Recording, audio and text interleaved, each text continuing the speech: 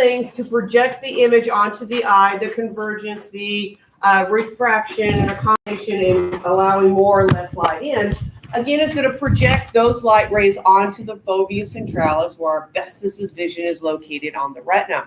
Once we get it there, we're going to have photoreceptive cells. And these photoreceptive cells are going to have special types of receptors that respond to light. So you hit it with a certain wavelength of light, it's going to open up a sodium channel, sodium rushes in, potassium rushes out, and that's going to be our conversion of light rays into an action potential so we can communicate with the brain and we can see items. So that's going to be a very important step. If we don't have these photoreceptive cells, we can't translate light into a neural transmission. We're not going to be able to see properly.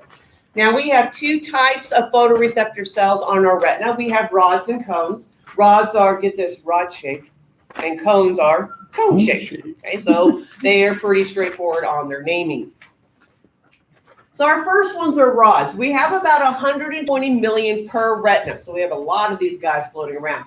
Now, they're going to be found everywhere on the retina except in the macula luta, so which is kind of weird because that's where we're aiming for. So this one kind of gives us our background of the vision, some of the kind of edge work of that vision, but not the main component. When you're reading, you're not using rods for reading.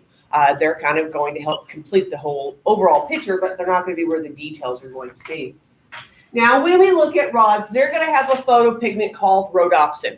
So our photopigments, all of them are going to be made out of a protein base called opsin, and they're all going to have retin A. And again, retin A is a derivative of vitamin A, which is why they used to tell you crazy things like eat carrots or you're going to need glasses. Bless them. Carrots don't change the shape of your eye unless you're vomiting because they're nasty. What happens, again, carrots have beta carotene that gets converted to vitamin A. The more vitamin A, the more retina, the more we're going to be able to build our photoreceptive pigments. So technically, without enough vitamin A, without the carrots kind of stuff, you would go blind. So you can eat them all day long. They're not going to get rid of your glasses, but they are going to help you to see properly. Now, the protein component varies depending on if we're a rod or a cone, or if we're different types of cones. It's kind of like chocolate chip cookies. We've all made and or have eaten chocolate chip cookies. Okay. If you want to make butterscotch chip cookies, what do you change in the recipe? Instead of chocolate chip cookies, you want butterscotch chip cookies. What do? Change the chips. Do you change the base of the batter? No, right? That's one of the reasons why people like, chocolate chip cookie batter, because you can put pecans in it because they're delicious. You can put chocolate chips. You can take out the chocolate chips if you're allergic to chocolate and put in peanut butter chips. Or if you want to have anything crazy, you can think of M&M pieces, whatever the hell you want. That's usually what monster cookies are, right? They're the base of chocolate chip cookies, and you throw anything in the sink, including the kitchen sink, into them.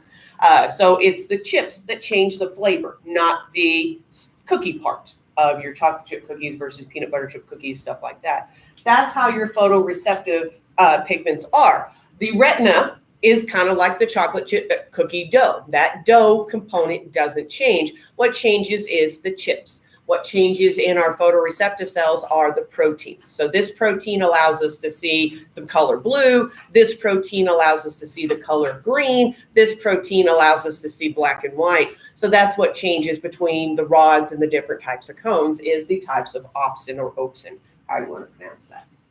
So our rhodopsin, again, when we look at how these photopigments work, that photopigment gets hit by the proper wavelength of light, and it makes a break between the opsin and the retin A. It's almost like reusable Easter eggs.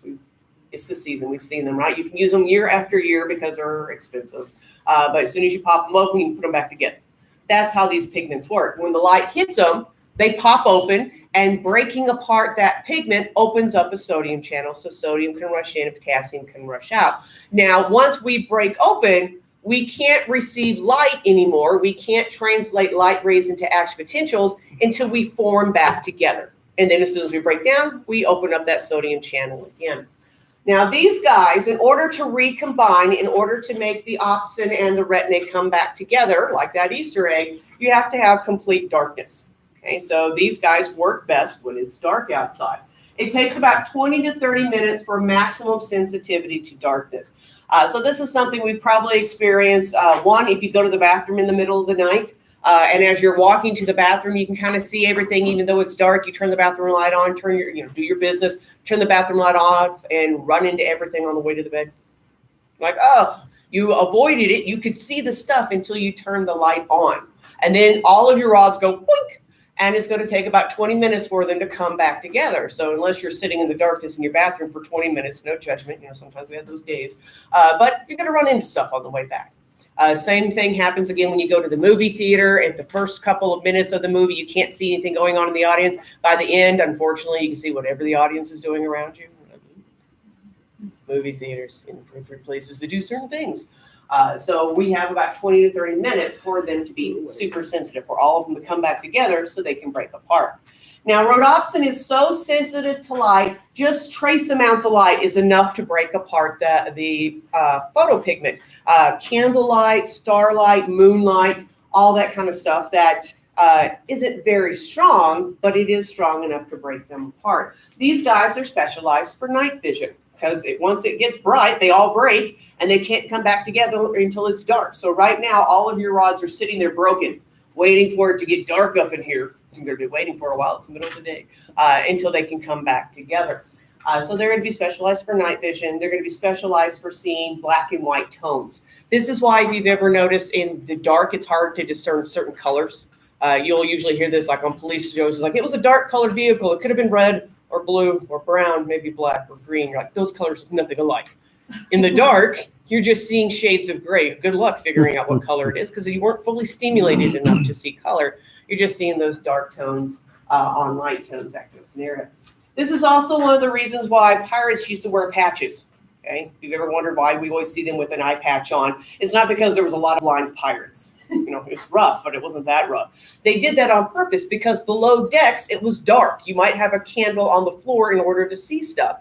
And of course, if you had to go below deck and then above deck where it was nice and sunny, and then below deck, it was dark, if you didn't have one eye covered, you'd be blind for a little bit, about 20 minutes before you could put the cannonballs where they need to go. So what they would do is they would patch an eye. They'd work up on deck where it was nice and bright. When they ducked below deck, when it was dark, they would switch the patch to the dark eye so they could see around in below decks or in the caves or wherever they were at. And when it was time to go back in the sunlight, they'd switch the patch back over and have their light eye. So they would actually use one for daylight and one's for night, which made them really good at sneaking into places and stealing stuff because they didn't have to adjust to that darkness changeover.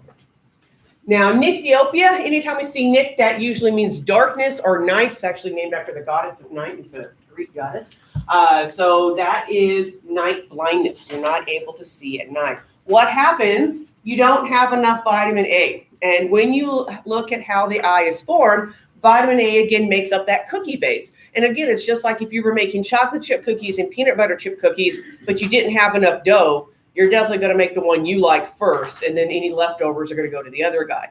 Same thing for us. We are specialized for color vision, so our cones get first dibs on the retinate, on that vitamin A derivative. And once we run out, then the rods get whatever's left. And sometimes we don't make enough, and we don't make enough rhodopsin, so we're not able to see at night properly. So a lot of people who have night blindness can be prescribed vitamin A to help them with their night blindness. So this could help over time. So that's the most common cause of night blindness. The other type is actually damage to the rods. So this one happens more like pilots that are landing on aircraft carriers and it's really dark, and if they look at a bright light when they land, it'll fizzle everybody. Everybody breaks and becomes permanently broken, and then they can't be pilots anymore because they can't fly at night. So staring at super bright lights in the dark can cause a temporary case of night blindness, and if it's really severe, a permanent case of night blindness. So in that instance, there's not enough vitamin A to fix anything because you've severely damaged it. Scott topic, or topic, however you want to say it. Again, Scott also means night. So next time you know somebody named Scott, their name means darkness. So it's kind of like the preppiest version of the word darkness. So that's just the night vision. So our rods are specialized for scotopic vision. Cones. We only have about 60 million cones per retina, so obviously way less than rods. So when we look at cones, our cones have the greatest concentration in the macula lutea. And it has the greatest concentration because there's 0 rods, which means that's 100% cones. You can't get any more concentrated than 100%, right? Right, because that's how percentages work. Now, our greatest number is in the fovea centralis. So that would be like saying in the science building, we have the greatest concentration of science taking students, because everybody who has a class in the science building obviously is taking a science of somewhat 100% science classes. Now, the highest concentration of AMP2 at 1030 would be in our room, because that's where we're all packed in and jammed in together. Okay, so that fovea centralis, because it has the greatest number of cones in the greatest concentration of cones, that's where our Bestis's vision is going. We're going to be aiming at it. So even though we can see a little at night, we are made for daytime vision. We are photopic instead of scotopic. Now, our cones, again, their photopigment is photopsin. Anytime we see photo, it means sunlight, right? Photosynthesis, all that kind of fun stuff. So again, they've got the retinae, that cookie base, but the opsins are different. So this is where you would have the peanut butter chips or the butterscotch chips or the M&M pieces or whatever it is you put in your cookies. And these guys require bright light to break down. So those wavelengths have to be much more intense. They have to be bigger in order to break apart the opsin and the retinae to trigger the opening of the sodium channel. So sodium can rush in, potassium can rush out, and we can convert that light into a neural transmission. Now these guys, because they're made for viewing during the day, they do reform very quickly. So we don't have blindness during the day. So they can form and take apart and form and take apart in bright light. So we can continue to see. Now it's one of those things, we have about 6 million per retina. That's not the most you can have per eye. Other animals see a lot more color. So reptiles, birds, butterflies, and bees see a lot more colors than we do because they have a lot more cones. We don't have enough cones to see all the spectral colors and all the shading of colors that some animals can see. Now, compared to other animals, mammals, again, are basically colorblind. They see shades of gray because they have very, very few cones. The only mammals that can see color are primates and squirrels. So it's us and the crazy squirrels. Because, again, primates eat a lot of fruit, and you got to make sure your fruit's right before you eat it. And squirrels, because they're weird. So they're just fluffy rats, right? Okay, so all the other guys are colorblind. So all your cats and dogs and so forth have way more rods, fewer cones, which is one of the reasons, too, again, why they can see better at night than we can. They have a lot more rods, so they're going to be a lot more sensitive to night visions.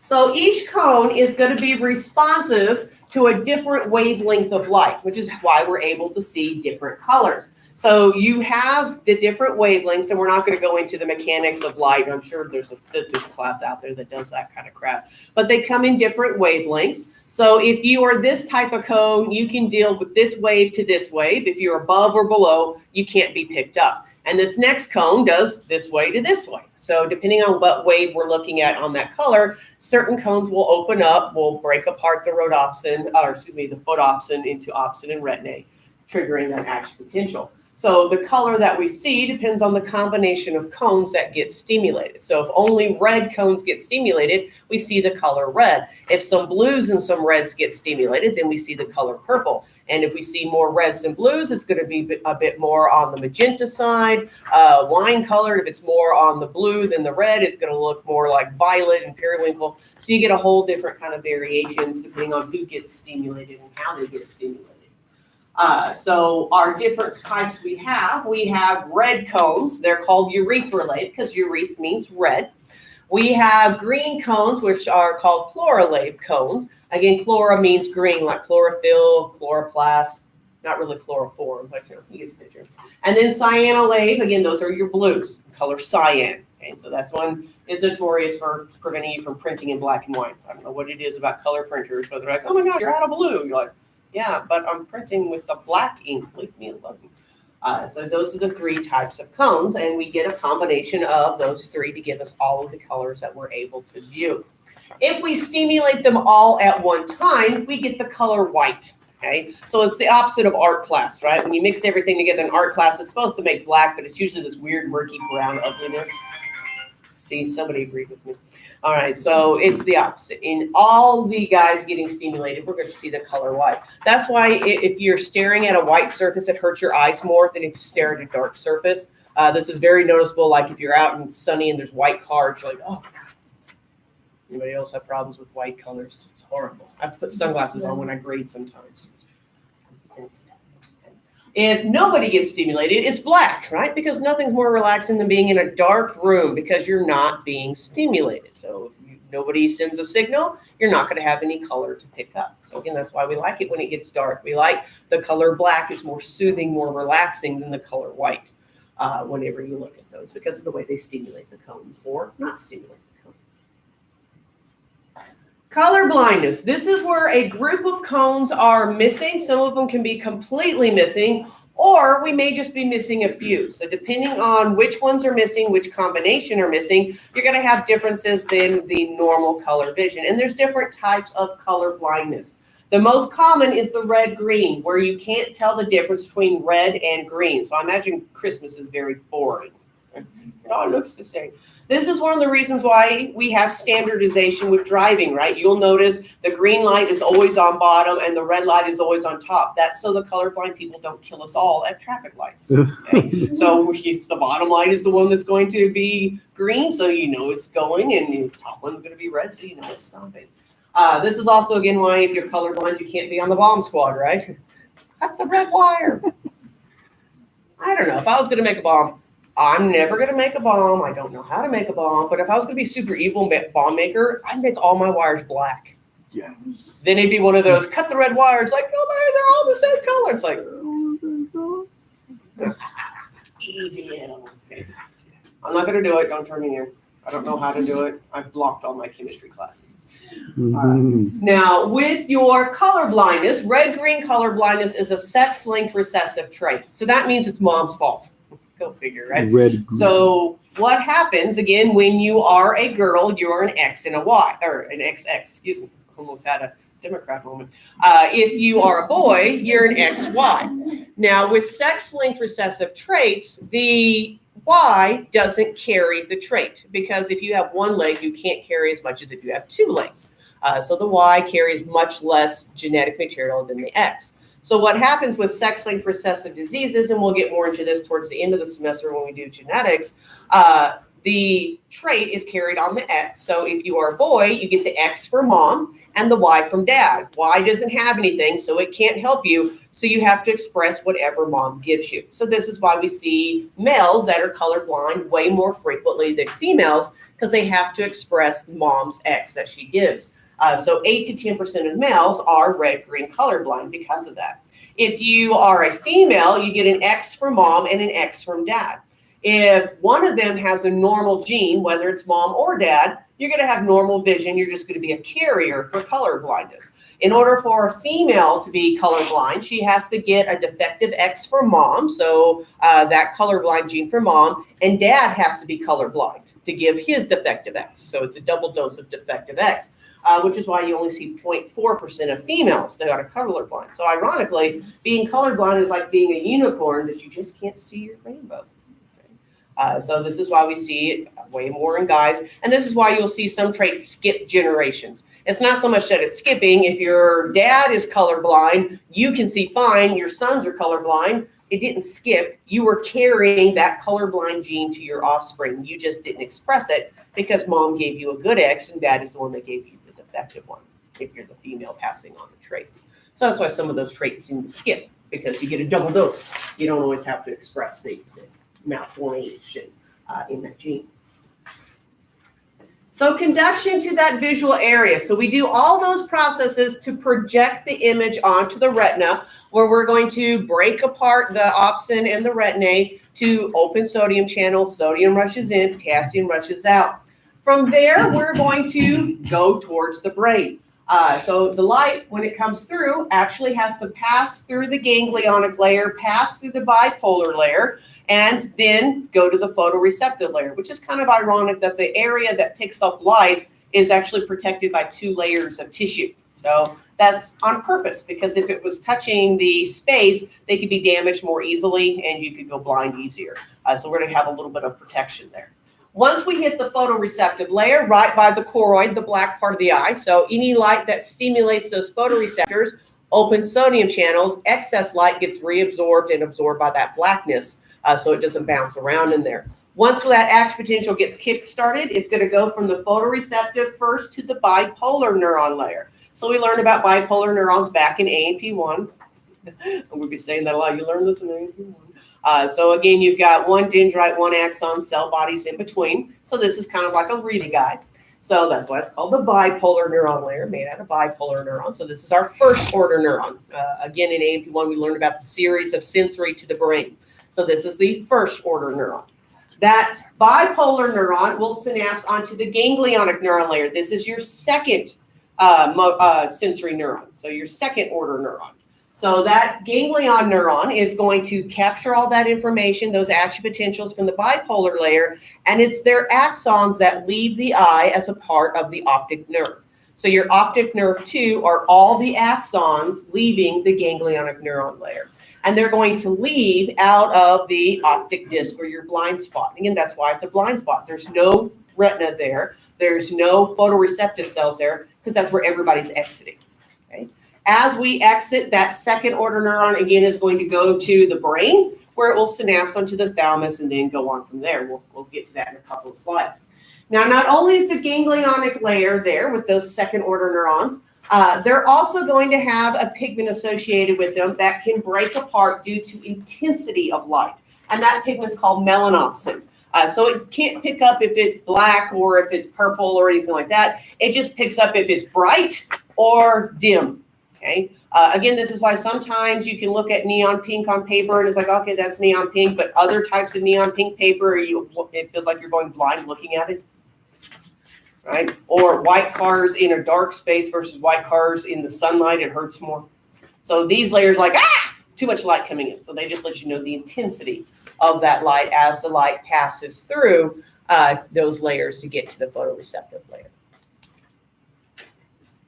So from there, again, the optic nerves are going to come out and go towards the brain. They're going to hook up with the brain at the optic chiasma, that X that we find at the base of the brain or the bottom of the brain. Here, we're going to have some crossing over, but not everybody will cross. Only the medial halves of the image will cross over. So if you are the left eye, the important part of that image will cross over to the right side of the brain for processing. The peripheral part will actually go straight to the left side. Okay, so medial halves cross, lateral halves do not. This is hemidecussion, because again, hemi means half, kind of like hemispheres, half of the world. Or Dodge is half a goat, right? They're excited. I got a hemi. Like, good boy. One day, whole goat for you. I got a hemi, son. So decussion, again, crossing over. So half of it crosses, half of it doesn't. From there, we're going to travel down the optic tract to the thalamus. Again, the thalamus is where we have those third order neurons that we will synapse onto. So we can then go to the occipital lobe of the brain, the visual area. It's primary visual cortex, association, all that kind of fun stuff. Now, problems. If we have damage along the way, we obviously are not going to get the entire image to that destination like we're supposed to. If we have damage before the optic chiasma, so this could be damage to the optic nerve, this could be a hit to the eye that damages, this could be glaucoma crushing your retina, anything between the photoreceptive cell and the optic chiasma, you're going to lose depth perception, so you're not going to see 3D anymore. And your peripheral vision goes because we're not able to process like we're supposed to. After the optic chiasma, that's brain damage. Okay, so this is harder to get to, obviously, because it's encased in the skull. So the entire opposite half of the visual field gets lost. So this is why, again, you could just lose a whole image because the brain isn't there to process. So any damage past that, any brain damage could be due to epilepsy. This could be due to a brain injury. This could be due to a stroke. That kind of scenario. So here's our little guy. It's always a little freaky to see just random eyeballs on the brain. But you've got the image coming in. So here's the left eye and the right eye. So we can see the medial halves are crossing. The lateral halves are not. They will go by the superior colliculi where we learned that's where we duck if something is thrown at our head. So we can have those visual reflexes. And then we're going to synapse onto those third order neurons in the thalamus. And those third order neurons are then going to go to the the occipital lobe for our visual processing. Same thing, they just, made the brain look a little different. So we bypass, go through the superior colliculus to get to the thalamus, and then our third order is getting to the brain. Some other things that alter how we see or view the world. One, negative after images. If you look at something long enough, your cones get tired. They break and come apart and break and come apart, and eventually it takes longer for them to come back together. They're going to stay broken longer. So if you stare at that object for minutes without moving or you overstimulate, those cones are going to fatigue. And if they stay open, they can't fire to the brain. You're not going to get all the information coming in. So you end up not seeing that color. So if you fatigue a red cone, you can't see the color red until it reappears. What you end up processing is a complementary color. So it's kind of kooky. If you stare at the American flag for too long, if you go look at a blank screen or something after staring at the American flag for a few minutes, you'll actually see it in black, purple, and green. Kind of kooky. So you see the opposite. This is something you probably notice whenever you get pictures done and you stare at the flash when it goes and you see the little dark spots in your vision from the flash. That was because that white light overstimulated all the cones. They all broke, and they're like, oh crap, they can't get back together right away. So you get the black spots because no stimulation. And then if you watch the black spots, you'll notice they start to get color coming into them and they kind of rainbow flash before they disappear. That's those cones coming back online, starting to reform and get out of that whole fatigue mode that was caused by that big bright flash of white light that came through. Persistence of images. Again, light is really fast. That's why, they talk about the speed of light. A flash of light that lasts for 1/1,000,000th of a second, the eye will actually see for 0.1 second, okay? Because there's a lag time between light and our eyeballs because, light is the speed of light and our eyes are kind of like, maybe a Commodore 64. Look it up, kids, really old computer.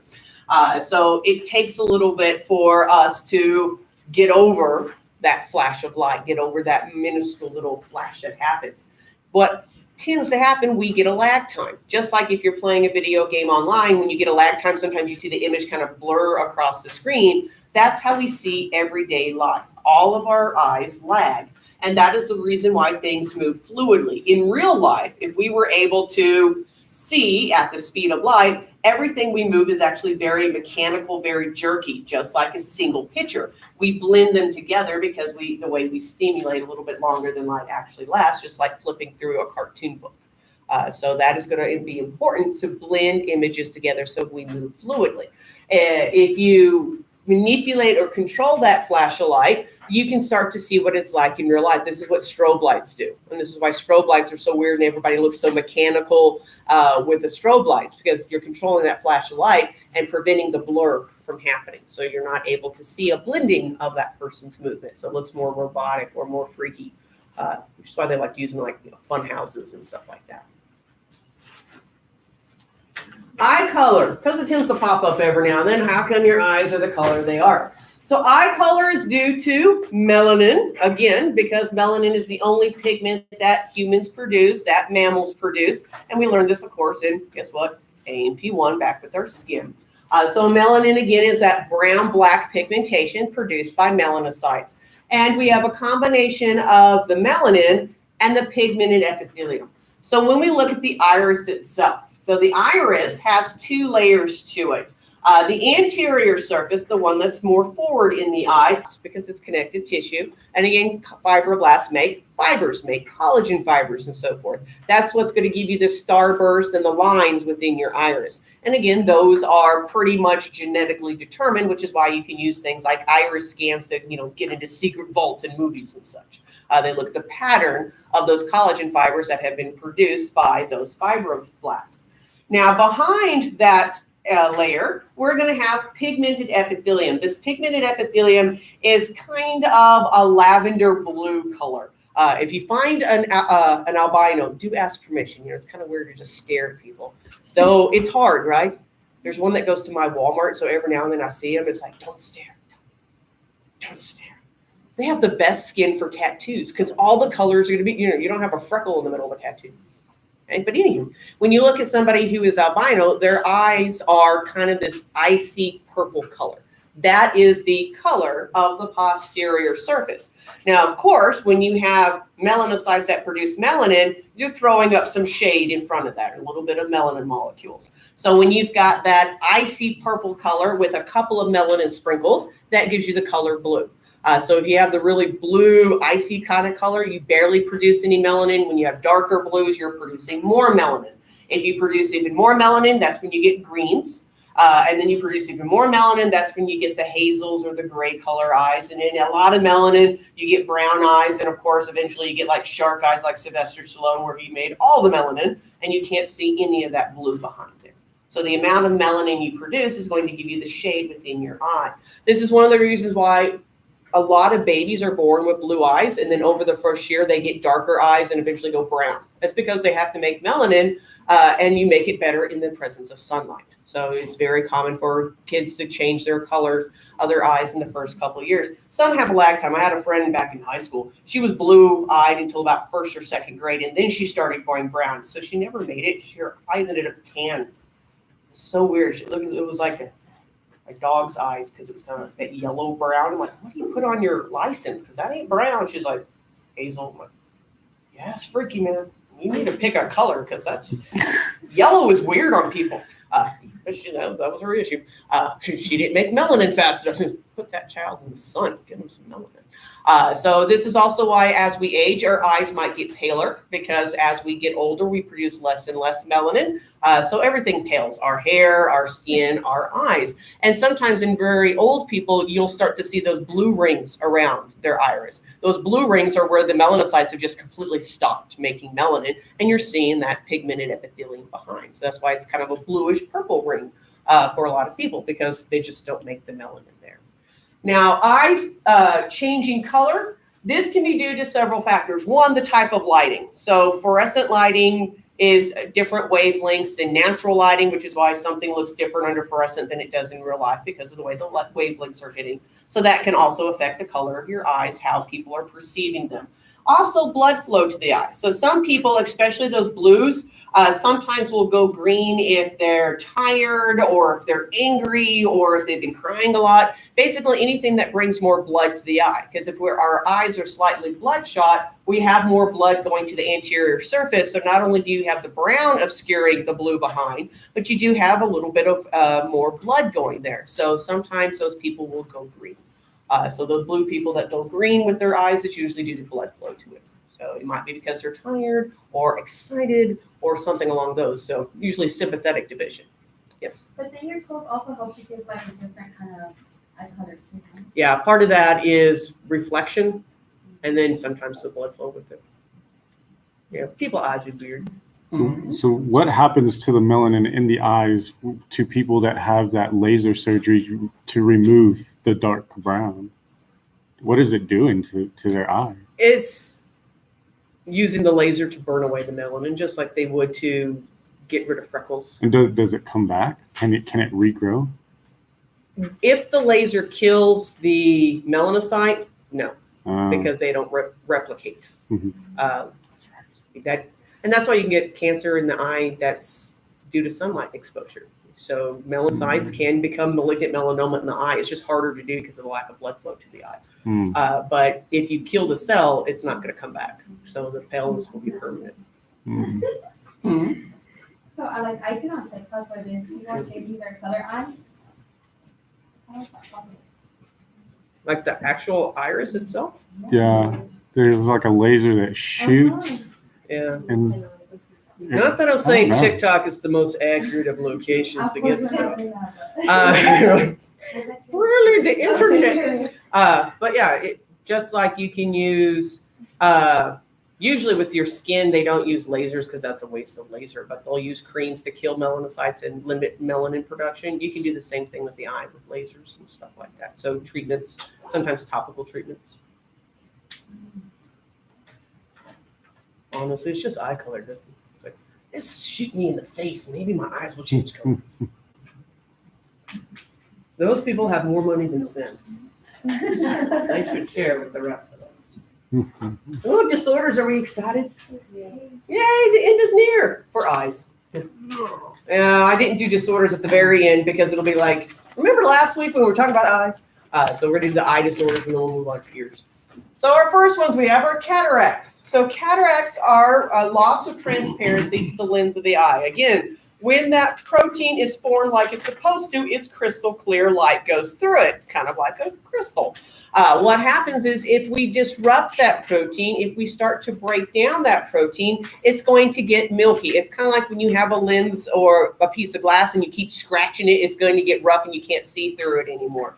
Same thing goes on with that lens. If we disrupt the normal protein, that's going to cause that foggy appearance or that loss of transparency. Not only are you breaking down the proteins that cause a loss of transparency, but if you get weakness within the lens, the aqueous humor, they usually just say water, but it's the aqueous humor of the eye can get in there and make it even more murky, okay, kind of sloshing stuff around, which prevents light from going through it properly. And of course, if light can't get through it properly, it can't fully stimulate your photoreceptive cells.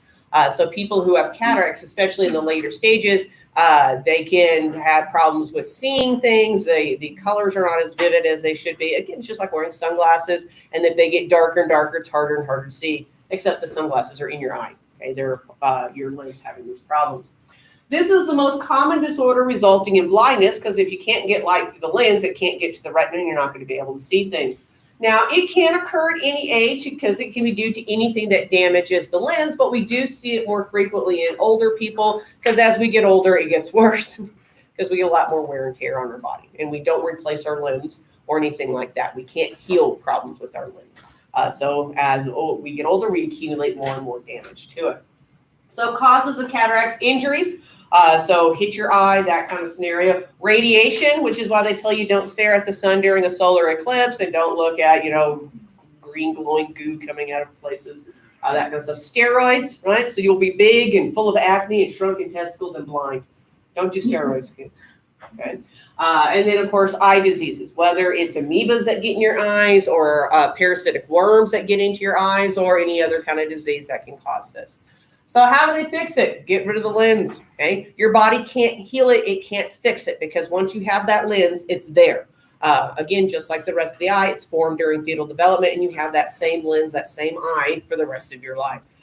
So the only thing to do is get rid of the broken lens and put in a nice new plastic lens. Now we can put plastic lenses in because there's no blood vessels going to the eye, so we don't need to hook up blood vessels. There's no nerves in the eye, nothing to hook up there.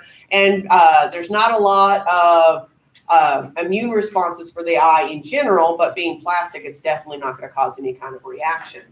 So how they do that to me just sounds completely terrifying, but because you're conscious the entire time, and it's like, who wants to have that laser shine at their eyeball while they're awake?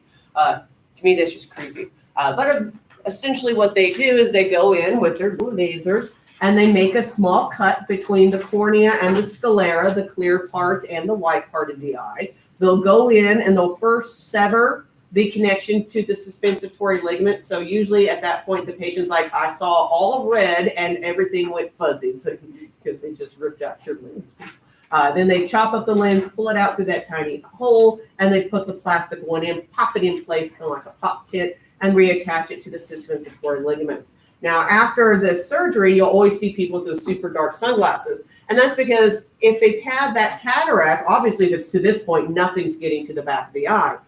Even if it's just a mild cataract that you can't see visually, it is still shielding the back of the eye, shading the back of the eye. So if you were to go straight outside after that, it'd be like going out in the sun after living in a cave for a few weeks or months or years. So it can be very blinding. So they have to have those sunglasses to help protect them until they can get reaccustomed to the level of brightness. And that's what most people talk about. It's like, oh, it's so bright outside. It's like, yeah, that's what happens when you're clear. And they talk about the vividness and the sharpness and all that. And of course, you can see it through the pupil because the pupil's just a hole. Right? So you're actually seeing the lens when you see that murkiness behind it. So after that, your eyes will glitter. So if you ever seen somebody who's had cataract surgery, had the lenses removed, their eyes shimmer kind of like marbles or a cat's eye. Do ask permission because, again, super creepy. You just stare at people's eyes. But they'll catch the light coming. Glaucoma, second most common cause of blindness, especially in the elderly. Number one reason to move to Denver. Come on, Eva, it's funny. Got it. It took away the first, like, Oh, the potheads, that's what it is. All right, so this is abnormally high interocular pressure due to an increase of aqueous humor. So your vitreous humor, you're born with it, you never change it out, it's stuck in that posterior cavity. The aqueous humor in the anterior cavity is recycled. So we're going to have associated with the ciliary body, so the ciliary body is on the back of the iris, has the ciliary muscles, it has blood vessels, it has the choroid plexus. And as we learned, choroid plexuses make large volumes of fluid, just like we saw in the brain. So that choroid plexus is going to make the aqueous humor. Okay, so the watery stuff filling the anterior cavity. Now, aqueous humor is constantly produced by that choroid plexus at the same rate. It's going to be made, again, behind the iris. So it's going to fill that posterior chamber, flow through the pupil, because it's just a hole, into the anterior chamber. And then it gets drained out of the eye by an opening called the canal of Schlemm, which sounds like something you'd cough up in the morning. The other term is the scleral venous sinus, okay, because it's a sinus, a space for the veins coming from the sclera. So again, between the sclera and the cornea, the clear part and the white part. So we're draining. As long as we produce, we will drain. Okay, it's just like a soaker hose. As long as the water's on, water's going to seep out of that water hose. Now, in order for that aqueous humor to leave the eye and go back into the bloodstream, we have to have a low pressure in the canal of Schlemm. If that pressure in that canal, your venous pressure, is too high, it prevents the aqueous humor from flowing out. It's just like if you have that soaker hose. We've all seen soaker hoses, yes. If you put a soaker hose in a swimming pool and turn the water on, it'll flood your house, because the swimming pool has more pressure than the water hose, and it'll actually force water into the water hose and up into the plumbing, and it'll burst out somewhere in your house. So if you hate somebody and want to cause all kinds of damage, don't do that. We're to learn how to do a lot of stuff that we aren't supposed to legally, right? Like how to kill people. This is all academic. I'm not telling you to kill people or flood people's houses with soaker hoses, but it's possible because of pressure changes. Same thing as anything that's gravity feed, right? If you're trying to get the shampoo from a half empty bottle to the completely empty bottle, you kind of stack them. As long as it's more here than here, it's going to fill. Anybody else try to get as much shampoo as humanly possible before throwing the bottle away? You just like, get out. Same thing here. If we try to fill a full bottle, it won't go anywhere. Okay, so if the pressure in the veins is more than the pressure in the eye, you'll have a backup into the eye. And of course, if we back up into the eye, we're going to start pressing on the lens, which pressures on the vitreous humor in the posterior cavity, which can't go anywhere. And that vitreous humor will press onto the retina. And if it presses onto the retina, first we'll get varying disappearance of the vision as it disrupts the neurotransmissions from those layers. But if we press too hard, it can actually kill the photoreceptive cells. And once you kill the photoreceptive cells, they don't come back. Okay? There's no coming back from the loss of those cells, just like any other neuron that we see, especially in the central nervous system. So you crush them to death, then you're not going to be able to see properly.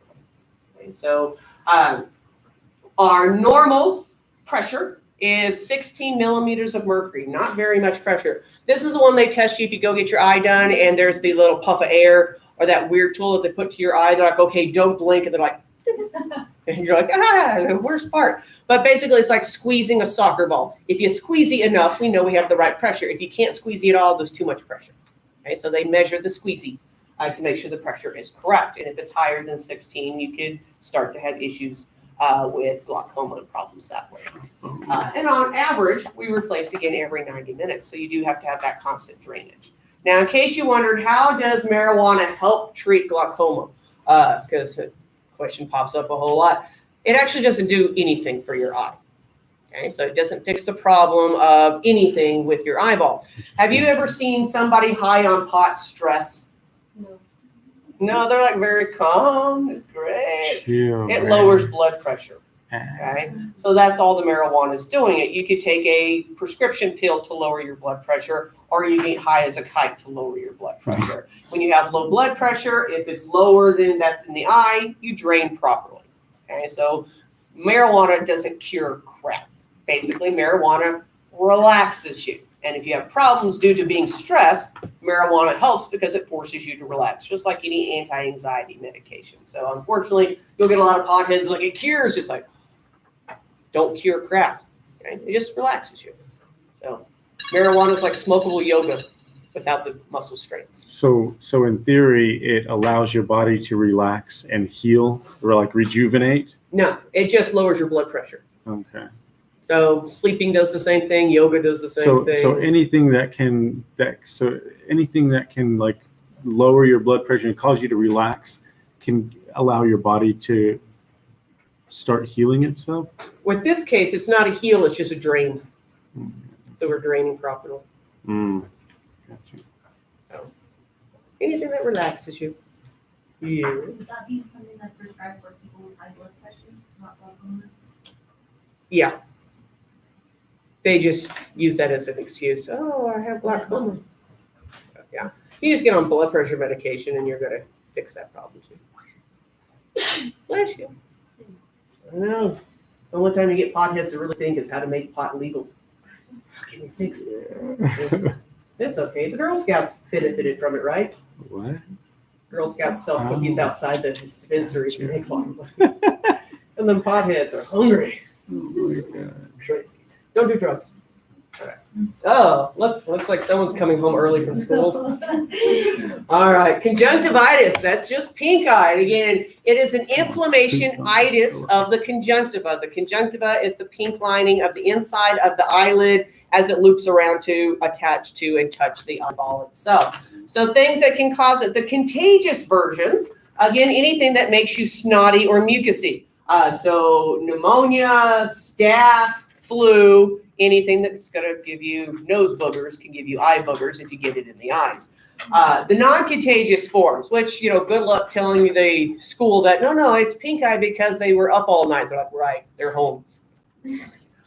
So non-contagious, anything that irritates your eye. Wind, we all have it all the time.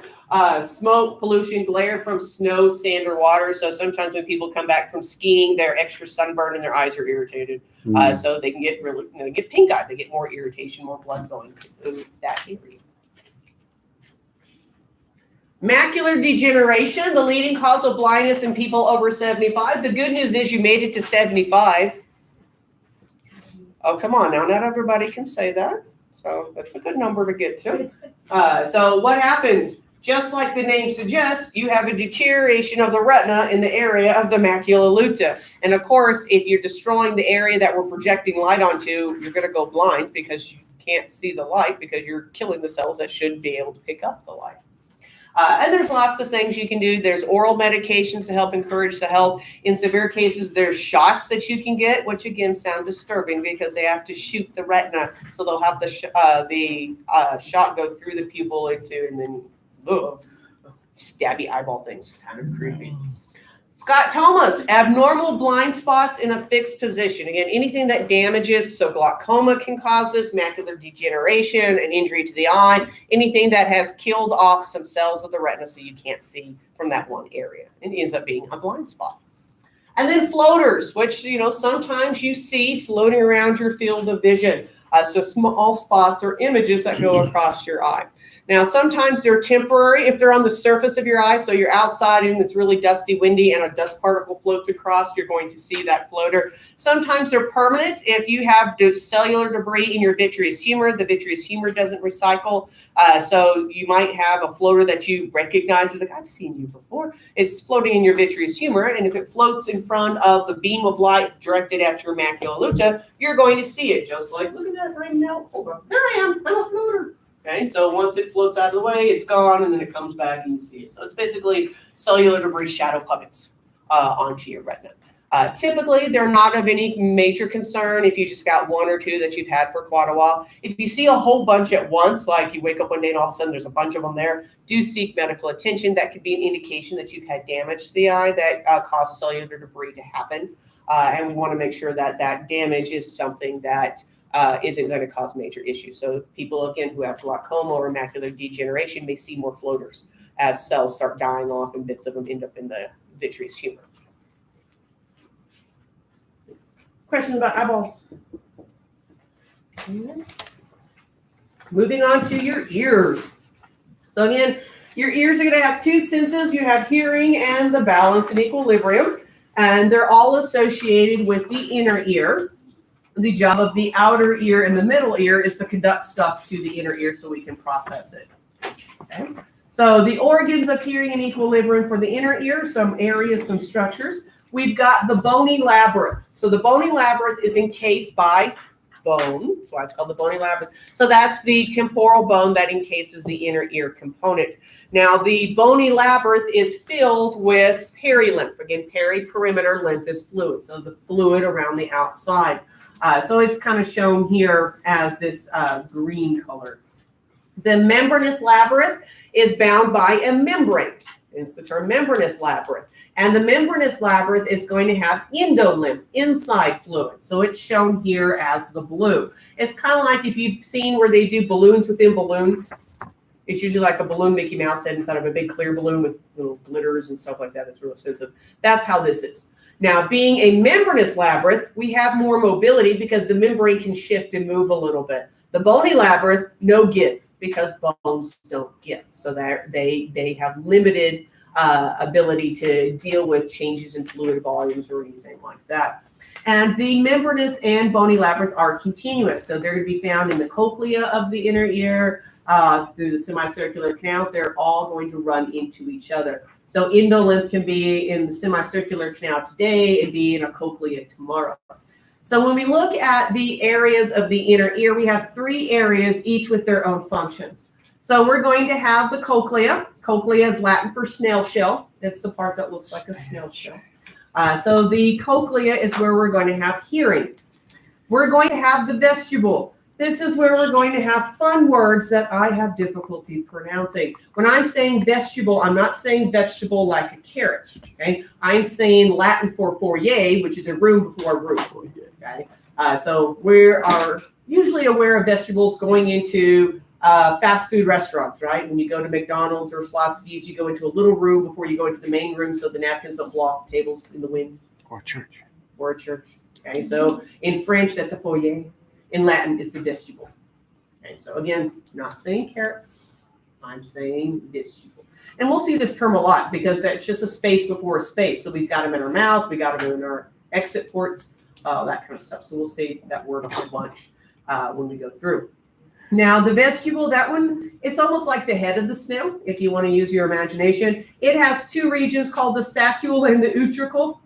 These are real words. I don't know why. Sounds like they should be wearing lederhosen and eating Wiener Schnitzel, driving Volkswagens or something. But your saccule is going to be this little guy that looks like a little sack off to the side. And then you'll have the utricle, which is the main component. That's going to have your static equilibrium, your equilibrium while you're standing still. The semicircular canals are the 3 canals that come off of the vestibule, so almost like antenna, alien-looking antenna off of a snail's head. So we've got 3 semicircular canals because we live in a 3-dimensional world. So one does side to side, one does forward and backward, one does up and down. And they're going to be positioned to pick up the right angle of slosh. And at the base of each of them, you're going to have this swollen area called an ampulla. And again, ampulla just means teardrop-shaped structure. So we'll see the term ampulla like with vials. So ampulla of poison if you're into your Shakespeare, that kind of stuff. So it's just this little teardrop guy at the base of each of the semicircular canals. This ampulla is going to have the organ of dynamic equilibrium, or crista ampularis. So as we move around, the fluid sloshes back and forth by those ampulla. So we've got the dynamic equilibrium when we're moving, static equilibrium while we're standing still, and then hearing when we're hearing. So what is hearing? Of course, it's science, so you just can't say, because I heard it. So what happens? Sounds set up vibrations in the air that will beat against the eardrum that then pushes a chain of tiny bones across that middle ear cavity that will then press onto the inner ear and displace the fluids, setting up shearing forces that pull on tiny little hair cells that then stimulate nearby neurons to do an action potential that travels to the brain so we can pick up sound. Okay, so here we have mechanoreceptors. When you bend a hair cell, it opens the sodium channel. Sodium rushes in, potassium rushes out. So anytime we have a bending of a hair cell, that triggers an action potential. In the case of hearing, in the cochlea, we would be hearing something. If that hair cell is in the crista ampularis or in the macula, that's going to be equilibrium. So we're going to travel through the ear and talk about those different spots. So we have the outer ear. The outer ear is things you can touch with your finger. Okay, it's on the outside. So we're going to first direct sound waves from the external environment into our ear hole via the pinna or the auricle. So auricle is Latin for triangular flap or ear-shaped flap. It's kind of a triangle if you use your imagination. And pinna is one of those words that if you learned it in junior high, you might have used it inappropriately. Your pinna is showing. Ooh, awkward. So that little guy. Okay. So that directs the sound waves into your external auditory canal. Now, sometimes you'll see it use the word acoustic because acoustic and auditory are interchangeable. They both mean sound. And sometimes you'll see meatus because if you remember from AP1, a meatus is a canal through a bone. Okay. So you can see external auditory meatus, external auditory canal. So 4 names, 1 structure, ear hole. Okay. So we're going to send those sound waves to your ear hole. From there, they're going to hit your tympanic membrane. On the street, it's called the eardrum, okay? Because tympanic membrane is just Latin for eardrum. So this guy's job is to amplify sound waves. Because if the sound waves went straight from the outside to the inside, it wouldn't be enough to push anything in the inner ear. You can't hear without an eardrum. So it's going to amplify, make those sound waves bigger. Now, it will vibrate slowly with low frequencies because of the way the waves hit. Their low frequencies are kind of low valleys and peaks. High frequencies have very high valleys and peaks. So those high frequencies are going to vibrate faster, which is why really high-pitched sounds sometimes hurt because they vibrate so much, muscle engages to kind of dampen it. It's like, oh, because of that too much wiggling, too much moving. Now, some books will put the tympanic membrane with the middle ear, because it is attached to the middle ear bones and it's covering up the opening between the outer and the middle ear. Some books will have it as a part of the outer ear because you can't touch it from the outside. That's why you're not supposed to use a Q-tip to clean your ear, which I find it ironic. It says on the box, do not stick in your ear hole, but that's what everybody uses Q-tips for. So what is the purpose of you if you don't go in your ear? Who knows? But anywho, you can touch it from the outside. I'm not going to ask the middle or outer ear question. That'd be like saying, is the Rio Grande Mexico or Texas? It's like, yes. Depends on how far away from the shore you are, right? Yeah. Right. 10 feet from the shore, you're now in international waters. You're the most pathetic pirate on the planet. Arr. So I'm not going to ask middle or outer because some books will have it as outer. Some books will have it as middle. All right, so our tympanic membrane is going to hit upon the middle ear bones and it's going to translate the sound waves to the inner ear. The first bone that it is going to hit is the malleus because the malleus and the eardrum are actually attached to each other. On the street, the malleus is known as the hammer because malleus is Latin for hammer. That's where we get the word mallet from, okay? So that hammer, we have to use adult words. The malleus is then going to attach to the incus. Incus on the street is the anvil. Okay, that's what incus means. So the malleus will then vibrate. That will then vibrate the incus. And the incus is attached to the stapes, the stirrup-looking one, and that's going to vibrate the stapes. So you're going to translate that sound wave across the middle ear cavity from the malleus to the incus to the stapes. And these ear bones are crucial, again, for hearing. So some things about them. One, they're the smallest of the synovial joints in the body because they are some of the smallest bones that we have. Because of that, they're subject to all the problems that synovial joints may suffer. So if you have rheumatoid arthritis, you can go deaf or have problems hearing without proper treatment. They can get arthritis, different forms of arthritis as we get older. It's one of the reasons why we lose hearing. You might actually have arthritis in your middle ear bones, kind of kooky, that kind of stuff. But they've got the synovial membrane and the articular cartilage and all those structures we learned back in Chapter 9 in AAP1. And again, their job is to conduct the sound waves from the interest, which means I find it very interesting and you probably don't care. But I'm going to tell you anyway. I know, it's just my life. These guys, again, are only found in mammals. Mammals are the only animals that have 3 ear bones. When we look at amphibians and reptiles and birds, they only have the stapes. The stapes comes from the second gill arch. So fish have ear bones, but they don't have the same ear bones we have because they still have their gills. So our middle ear bones, the malleus and the incus, actually derive from jaw bones from the reptiles. So the theory is, back in the day, Jaw bones, again, when you look at reptiles, they've got the dentary, which is the same as our mandible, and they have other little ones back here and some other little ones up at the top of their skull. These bones, again, when you're a reptile or bird, are necessary because they can open their mouth really big. They have to be able to swallow things whole, that kind of scenario.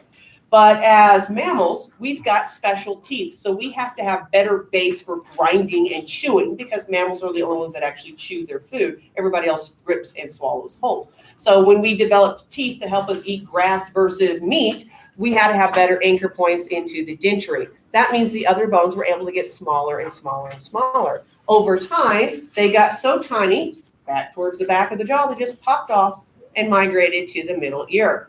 The malleus is the same as the articular bone in lizards and snakes and such. And the incus is the same as the quadrate bone in the snakes and birds and so forth. So they have what's called the articular quadrate jaw, where we've got the temporal mandibular jaw. So completely different jaw structures for us because of our teeth, because of our feeding.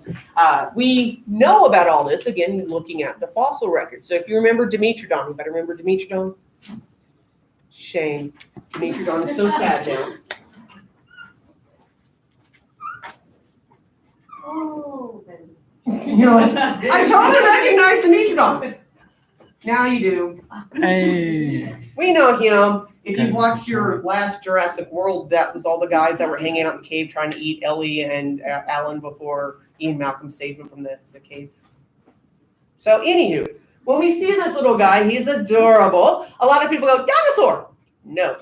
That'd be like calling a cow a dinosaur. Lizard? No. This guy is a mammal-like reptile. He's more Alligator? related to you than he is to T-Rex. So Dimetrodon and the synapsids and cynodons and all those guys actually flourished millions of years before the dinosaurs came onto the planet, and they went extinct millions of years before the dinosaurs came on. So actually we do tag team. Mammal-like reptiles first, die off. Dinosaurs, die off. Mammals, next round, reptile time. Okay? So Dimetrodon, his jaw still has all of the bones that we see in reptiles, but his articular and quadrate are much smaller. Is more likely to be like you than to be like a T-Rex. And then over through the cynodonts to the therapsids into early mammals, those bones just got smaller and smaller and smaller. So, pretty cool. So when you see this guy, when you're watching something like Land Before Time, this one's crawling around with Mama Dinosaur. That ain't right. That's good. Put a cow out there with them. So this guy. Fun facts, you can find them at the Panhandle Plains Historical Museum, and they have a skeleton on loan to New York. So if you go to the Natural History Museum in New York, there's a Dimetrodon with a little plaque that says, on loan from the Panhandle Plains Historical Museum in Kenya, Texas. You're like, it got out.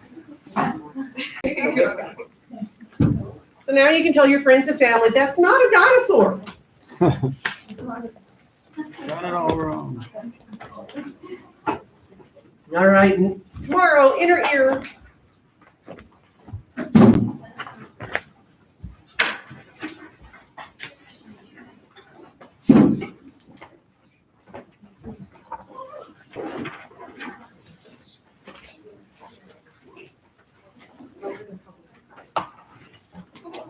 Yes, ma'am. I mean, I have a note card. Let me just mark you with me.